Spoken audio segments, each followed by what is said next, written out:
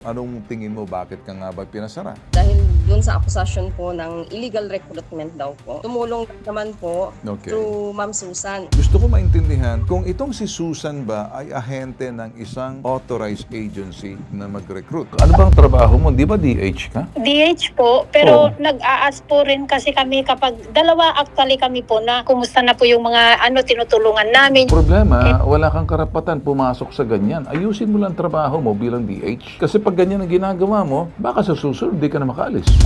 Tuesday afternoon, sinednan yung refund ko, sir, pero 50K lang, kulang pa ng 5K. Before po kasi sir, dumadaan po muna sa mga agency. So ang boss po namin may marketing Sandali muna. That was before. Are you saying no longer applicable? Di ba? last year po. Do you think pag Kasi inimbestigahan talaga kayo ng law enforcement, pareho kayo masasampa ng kaso rito? Mabuti nga ka mo, tinanggalan kayo ng lisensya eh. Dapat pumasok ng CIDG rito para magiging large-scale human trafficking, if not illegal recruitment. Walang piyansa yan. Kasi bakit nga naman, isang taon na domestic helper lang, hindi naman siya, buti sana if yun talaga yung job niya, HR talaga siya, undergo ng training at magbayad yung mga kababayan natin, bigla na lang, ika-cancel bigla yung mga job order at I don't think that's fair. Pambansang Sumbungan, Bitag Helpdesk. Ang lapit mo sa amin, nareklamo ka dahil pinasara ka ng DMW. Gawa nga na may mga nagreklamong mga magsasaka na dumaan sa iyong training center. At dito sa parting to, Sir. parang ang gusto mo sabihin, bakit ka pinasara? Anong tingin mo, bakit ka nga ba pinasara? Dahil dun sa akusasyon po ng illegal recruitment daw po. Ayan. Pero tumulong naman po Okay. through Ma'am Susan. Si Opo. Susan ang parang recruitment agency. Hindi sir. So, dahil binanggit mo si Susan, gusto ko maintindihan, sino si Susan? Sa kanya po ako nanghingi ng tulong, sir, para mailink po yung mga naging trainees ng school sa Okay. agency. Gusto ko maintindihan kung itong si Susan ba ay ahente ng isang authorized agency na mag-recruit. Hindi po, kasi nag-link So, lang po ibig siya ng sabihin, mga... si Susan ay hindi ahente ng recruitment agency. Anong papel ni Susan? Mula sa akin, sir, siya po ang nag-link directly po sa agency. Agent siya ng agency. Nasa linya ba ng telepono? Alamin natin. Magandang umaga sa iyo, Susan Kalimlim, ma'am. Susan, agent ka ba ng agency? Hindi naman po. Kilala mo ba si Aurelia?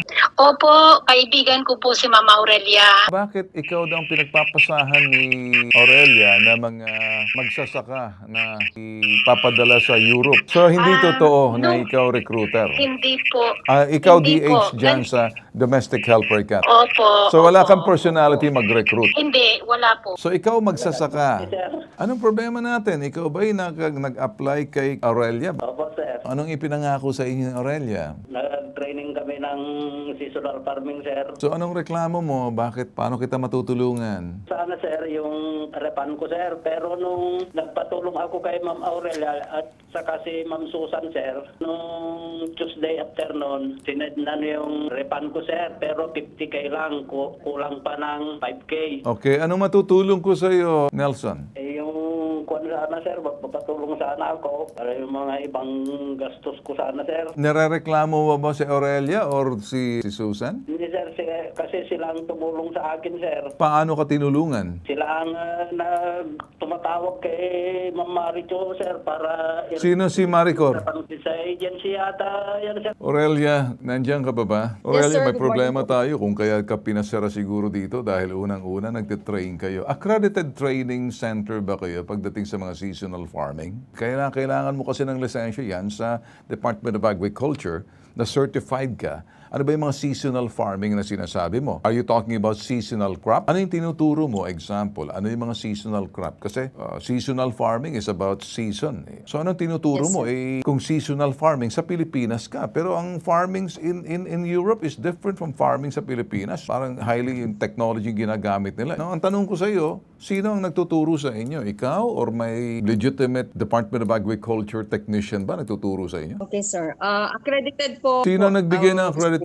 Ng TESDA, sir. Hindi naman ang test na technical eh. Farming tong pinag-uusapan, agriculture to eh. This is not skills. Baka dito sa dahilan ka kung bakit ka pinasara nila because you cannot do that without the first accreditation muna. Ang gusto kong malaman, certified ka ba? Binigyan ka ba ng go signal ng mga technicians, mga agriculture technicians when it comes to crops, season, farm implements? Itong mga bagay na to, hindi biro to eh. Hindi ito mga technical na mga bagay, farming to eh. Kaya ka siguro pinasara, hindi kaya? No, sir. Okay, Aurelia, dahil lumapit ka sa akin, advocate ako pagdating sa mga magsasaka. Kami tumatayo sa mga magsasaka at nagsasaka sa atin. Depende. Pag sinabi mo magsasaka geographically. Ibang pagsasaka ng mga magsasaka sa Cagayan or sa mga rice-producing region tulad ng lugar ninyo sa Cagayan Valley, dyan sa Ilocos, and dyan pababa hanggang sa Rice Granary Region 3. Iba yan. So, ang gusto kong sabihin sa iyo, ano bang itinuturo ninyong pagsasaka sa seasonal farming? Wala naman tayo sa Pilipinas. Maintindihan ko pag sa Pilipinas, seasonal farming, yung mga panahon na dapat mong nauukol sa mga binhi at mga pananim sa panahon. Kaya seasonal farming. Mag-iingat po kayo sa mga nagre-recruit po sa inyo, lalo yung mga training center, mga magsasaka, ako na po yung magsasabi sa inyo. Kami po ay may ugnayan po sa Department of Agriculture. Sa lahat pong mga rehiyon na kuminsan naloloko po ng mga traders. Yung mga traders sa pananamantala sa mga magsasaka natin. Hindi lang sa mga magsasaka natin, pati na po mangingisda natin. Hindi lang sa mga magsasaka natin, tobacco farmers, vegetable farmers, palay farmers, fruit farmers, pati po yung mga fishers, pati po yung mga mangingisda. Kami po yung nagsasabi sa inyo, may ugnayan po kami sa Department of Agriculture. Trabaho po ng bitag, tumayo o tumindig. Iwasan po ang anumang bagay na kung saan malalagay sa alanganin mga magsasaka natin. Dapat, bago ka mag-training dyan, ay hindi ka naman Filipino farmer ka, sa Pilipinas ka, ang padadalhan mo mga magsasaka sa ibang bansa, may problema na tayo riyan. Talagang ipapasara ka. At may mga magsasakang na biktima, nagreklamo laban sa iyo. Paano mo papaliwanag sa mga magsasaka? Tinuturo kayo. Pagkatapos kung hindi dahil sa inyo, kaya sila nagtitraining dahil i-refer nyo sila sa agency. Ang agency sarado. Pinasara din kayo ng agency, DMW. Accessory kayo doon sa illegal recruitment. You're enabling and abetting. Kasi yung process ng inyong school created a problem. Huwag nyo na kasing siguro bago kayo kukuha ng mga training, clear nyo muna. Number 1, sa DMW. Number 2, sa Department of Agriculture. Kasi mga magsasaka natin, they have to be protected para mag-OFW sila. Wala namang masama kung bigyan natin oportunidad mga magsasaka natin dito kung sila ay nakahanda pupunta ng Europe. Kaya lang sa tamang proseso. Jinky, sarado na ba yung agency niya? Opo, nung May 21 po, gawa po ng mga tao din po ni Aurelia na nagreklamo po kay Senator Raffy. Saan kayo nakakuha ng mga job order ninyo? Hindi ba government to government pagdating sa mga farmers, ilalabas mo sa ibang bansa? Ay, hindi ba bago makakarating sa inyo, manggagaling muna yan sa DMW para ibaba sa inyo kayo mag-handle ng recruitment? Hindi ba dapat gano'n?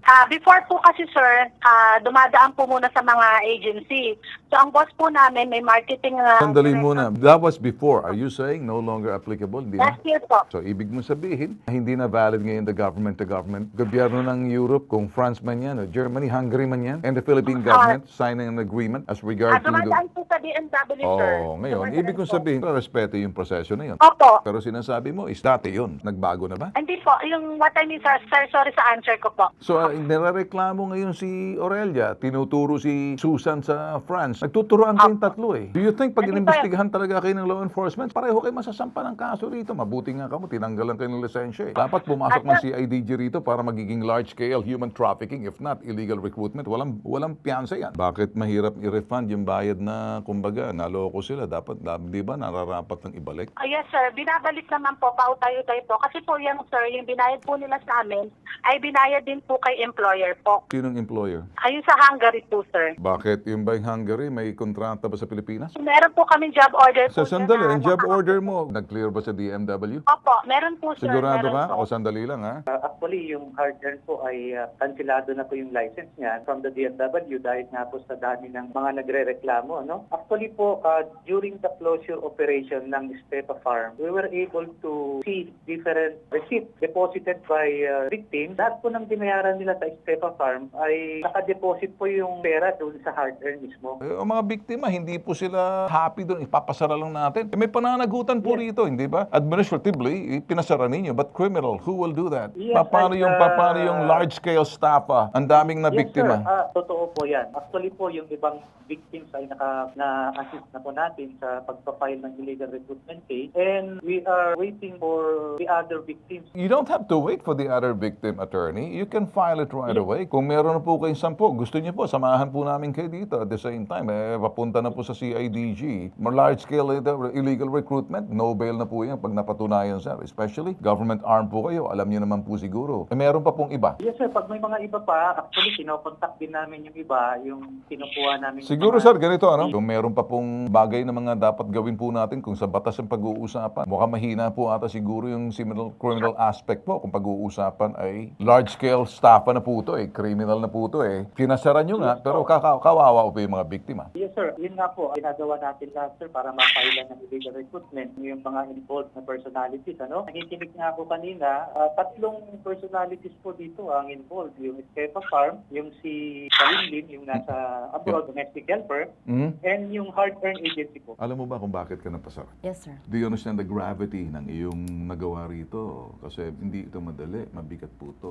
Gusto ko lang maintindihan kung may discernment po kayo kung bang naintindihan niyo ba to. You will never change until such time maintindihan mo yung gravity ng ginawa mo. May mga biktima You can keep giving me all the reasons in the world, but I think it's about time to discern and understand para makapag-self-realization na kawawa po yung mga biktima. Naawa rin po naman ako sa iyo. Maaring hindi mo alam. Nagsabi na po mismo ang DMW, illegal. Nagsabi na po yung sangkot na po kayo. Sangkot sa France, si Kalimlim, si Susan. Sangkot din tong agency. Pareho kayo rito. Masasampa ng kasong kriminal. Pausapin nga natin dito para maintindihan yung gravity. Gagawa na kami ng aksyon para nang sa ganon matulungan kayo at makikipagtulungan na rin siguro dito sa parting to para mapadali. Hindi lang yung mapasara, importante managot at maibigay agad. Kung hindi, kung sa batas, dapat sila parusahan rin ng batas. Mismo ang DMW nagsabi, pinasara kayong 3. Ikaw at yung agency at si makikiusap ako sa iyo. Titigilan mo na ba? Makikipagtulungan ka na ba? Sasabihin mo na ba doon sa agency, bayaran na natin? Kaya po ako nandito, sir, para magpatulong na ma-refund. Alright. Wala kang choice kundi makipagtulungan dahil ikaw rin ang isa sa mga dahilan kung bakit naloko itong mga magsasaka. Hindi ko maintindihan kung sino sa inyo mga involved. Susan, DH, bakit siya nakikipaalam dito sa nagbo-broker sa ibang bansa? Kasi mga transaction tulad ng mga labor from Philippines to Europa, it's a government to government. Dadaan muna sa DMV and then ibibigay sa mga agency. Sila magpa-process. What do you think of the case? Parang... ang sa akin tama po yung assessment nyo that parang there's something very fishy going on here, no? Kasi bakit nga naman isang tao na domestic helper lang, hindi naman siya, buti sana if yun talaga yung job niya, HR talaga siya, undergo ng training at magbayad yung mga kababayan natin, bigla na lang ika-cancel bigla yung mga job order at I don't think that's fair. Kasi wala namang capability itong mga taon to give them the kind of employment that they have been hoping for. Dapat dyan is that it should be a legitimate recruitment agency na dapat sila yung nagko-conduct nitong mga recruitment operations plus screening. Maging mas maingat tayo pagdating dun sa pagpili ng mga opportunities na to. Since ngayon na humihingi na ng refund yung mga tao, bigla na lang, all of a sudden, sinasabi na nako, andito na yung pera Sino kabulin ng mga tao? Nasaan na yung pera nila? Di ba?